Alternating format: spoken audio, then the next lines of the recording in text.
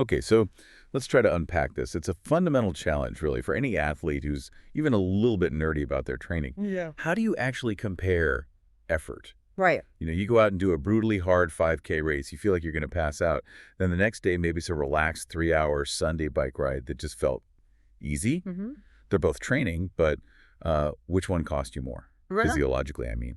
And how do you even begin to weigh that across different sports, like running versus cycling versus swimming? It is, the ultimate apples to oranges problem in training. It really is. Because external things like your pace or your speed or just how long you were out there for, that's only half the story. Just half the picture. Exactly. To really get it right, to optimize your training, you need some kind of common currency for the internal stress, the physiological cost to your body. And that's where Strava's relative effort, or RE, comes in. That's precisely what it was designed to solve. So our mission today is a deep dive into this metric.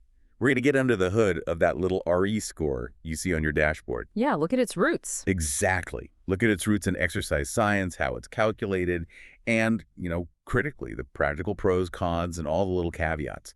We've pulled from a lot of technical analyses, Strava's own engineering blogs, and a lot of practical commentary from endurance experts like the 5K runner, who's done a ton of work on this. He really has. He was one of the first to point out its connection to the classic TRIMP model. So, at its core, what is it? Relative effort is basically Strava's single number that tries to quantify your total cardiovascular load. That's it. It uses your heart rate data. That's the key internal measurement.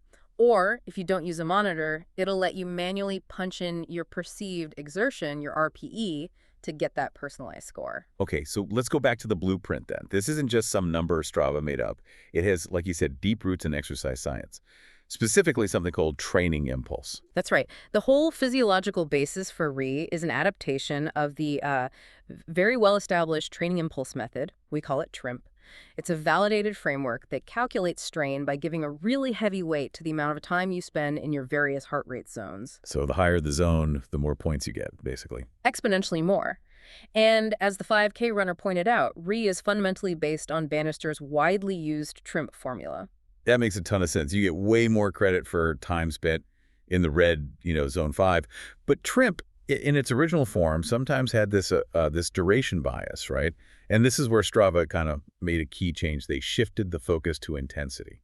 That is the defining feature of RE. It's why it's such an improvement over what they had before. Strava basically tuned the formula to make sure that a short maximal effort session, say a 20-minute all-out HIID workout, can actually generate the same RE score as a much, much longer, lower intensity session. Like that 2-hour easy zone 2 ride. Exactly. And that's so important because it properly reflects the huge physiological debt and the recovery you need after high-intensity training. And this was a necessary change because RE replaced that older metric, which I'm sure a lot of our listeners will remember, the suffer score. Oh, the suffer score. Yeah, back in April 2018, I remember my easy Sunday rides would always score ridiculously high compared to a crushing track workout. So why was the suffer score so bad at rewarding intensity? Well, you experienced exactly its failure point. The old suffer score had two massive weaknesses. First, a huge sport bias. Because of how your heart rate just tends to spike more during weight-bearing exercise, runners would score way, way higher than cyclists for what felt like the same effort. So if you were a triathlete, it was almost useless for comparing your run load to your ride load. So my 10K run would look way harder than my 40K bike time trial, even if they both felt like a max effort. Precisely. And the second flaw, which you just hit on, was the duration bias. The suffer score just loved it when you were out there for a long time. So your 4-hour easy zone 2 ride might score 150. Right. But a short, brutal 30-minute interval workout might only score 40. RE completely flips that. Now, that 30-minute HII workout might score 100, and the long, easy ride might also score 100. It finally creates a leveled playing field for things like running, cycling, swimming, whatever, as long as you have heart rate data. Which leads us right into the biggest pro. That personalization, that universal comparability. The system works because it knows you. Exactly. RE is entirely personalized. It's based on your individual max heart rate, your max HR, and your custom zones. So if you and a friend who maybe runs way faster than you both go run your hardest possible marathon, your RISE scores would actually be pretty similar. Because the effort relative to your own limits was the same. It's an equalization metric. That's the key. And that daily RE score, it doesn't just sit there. It feeds into a much bigger system for managing your long-term training. This is where we get into chronic and acute load. Yes. The daily RE score is the fundamental impulse for Strava's main cracking tool, the fitness and freshness graph. And that system uses the impulse response model, which was pioneered by Bannister and later, really applied extensively by Andrew Coggin. So let's break down those three terms because they are so important. Hmm. What are the components of that forecast? Okay, so first, you have fitness. That's your chronic training load. Think of it as your long-term capability, what you've built up over weeks and months. Got it. Then there's fatigue, which is your acute training load. So that's the strain from the last, say, 7 to 14 days. Okay, your recent work. And finally, form is just fitness minus fatigue. Form tells you if you're fresh enough to actually perform well. A powerful way to manage your risk. And for, daily use, I think the weekly relative effort range is probably the most actionable part of the whole system. Oh, absolutely. That shaded band is just calculated using a 3-week moving average of your RE totals. It's basically a really easy-to-read proxy for the acute chronic workload ratio, or ACWR. Which just means if you want sustainable, progressive training, you should aim to stay in that green band. That's the idea. Staying green means your acute load is building gradually on top of your chronic base. If you go above range into the orange or red, that's a signal. Oh, overload block. A deliberate overload block. And the system is basically warning you, hey, you need to follow this up with recovery. And going below range, in the blue, that's for your recovery weeks or a taper before a big race. So the goal isn't to live in the green band forever. No, not at all. The goal is strategic manipulation. You want those peaks and valleys to force your body to adapt. That's super compensation. Okay, so RE is simple, it's standardized, it's personalized, but now we have to talk about the downsides. The very simplicity that makes it great also makes it vulnerable. It relies completely on one thing. Your heart rate. Your heart rate. And that is the core limitation. Because it's measuring internal load, it's really susceptible to what we call confounders. These are external factors that can jack up your heart rate without actually increasing your mechanical work. Oh, I've seen this. I did an easy recovery run during a massive heat wave one summer, and Strava thought I'd just run a half marathon PR. Yeah. My HR was just through the roof from the heat. That's a perfect example. The main confounders are environmental stress, so heat and humidity, dehydration, getting sick, psychological stress from work or life, and stimulants like caffeine. Sure. If you run in 90-degree heat, your heart rate spikes because your body is trying to cool you down, not just move you forward, so the RE score gets inflated. And since the entire system is built on how much time you spend in these different zones, the accuracy of your max HR has to be absolutely critical. It is paramount. The whole system stands or falls on having an accurate max HR. If you're just using those generic age-based formulas like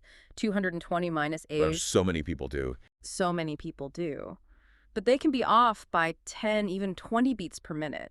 And if your max HR is wrong, your zone 4 and zone 5 are wrong, which basically makes the whole RE score pretty much meaningless.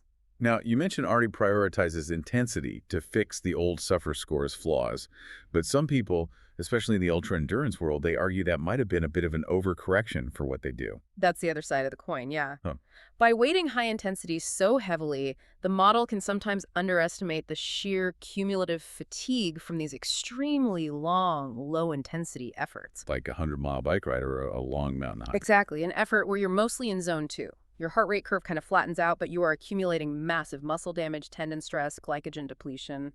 So RE is great for cardiovascular stress, but for ultra distances, it kind of misses the local muscular damage? It does. That non-cardio stress just isn't fully captured by the heart rate curve, which is why those athletes often rely more on external metrics like power or pace, which feed into something like training stress score or TSS. And we should probably just state this clearly before we get into devices. RE and fitness and freshness and all that. It's not free. Correct. These are all subscriber-only features on the Strava platform. Okay, so let's get practical. How do you actually use this live on your device? Especially for Garmin users, since they're just so dominant in the endurance space?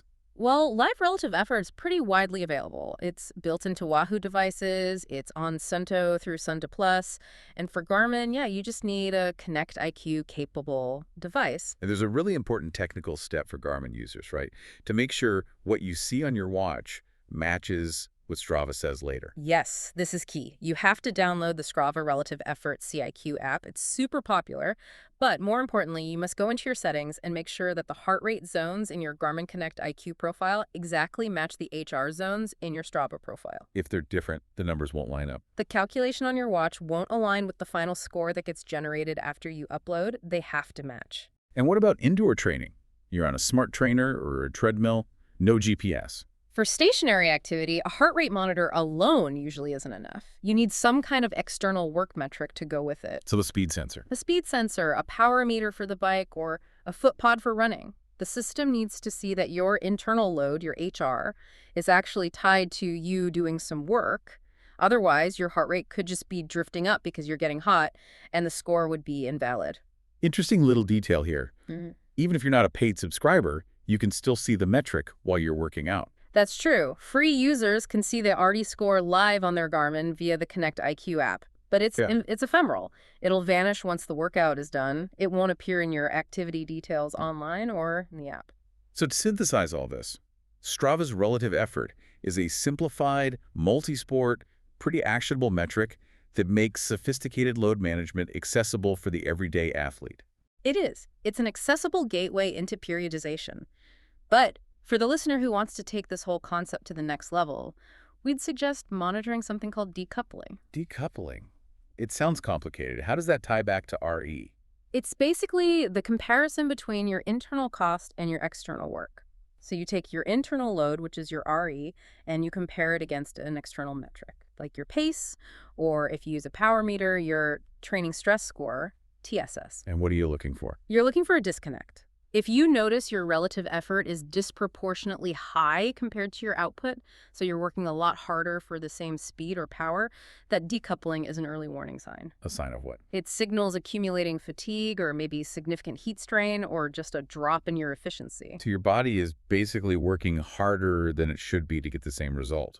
Which means what you really need isn't more training. It's recovery. It's recovery. That really transforms RE from just a score you can brag about into a high-level diagnostic tool for coaching yourself.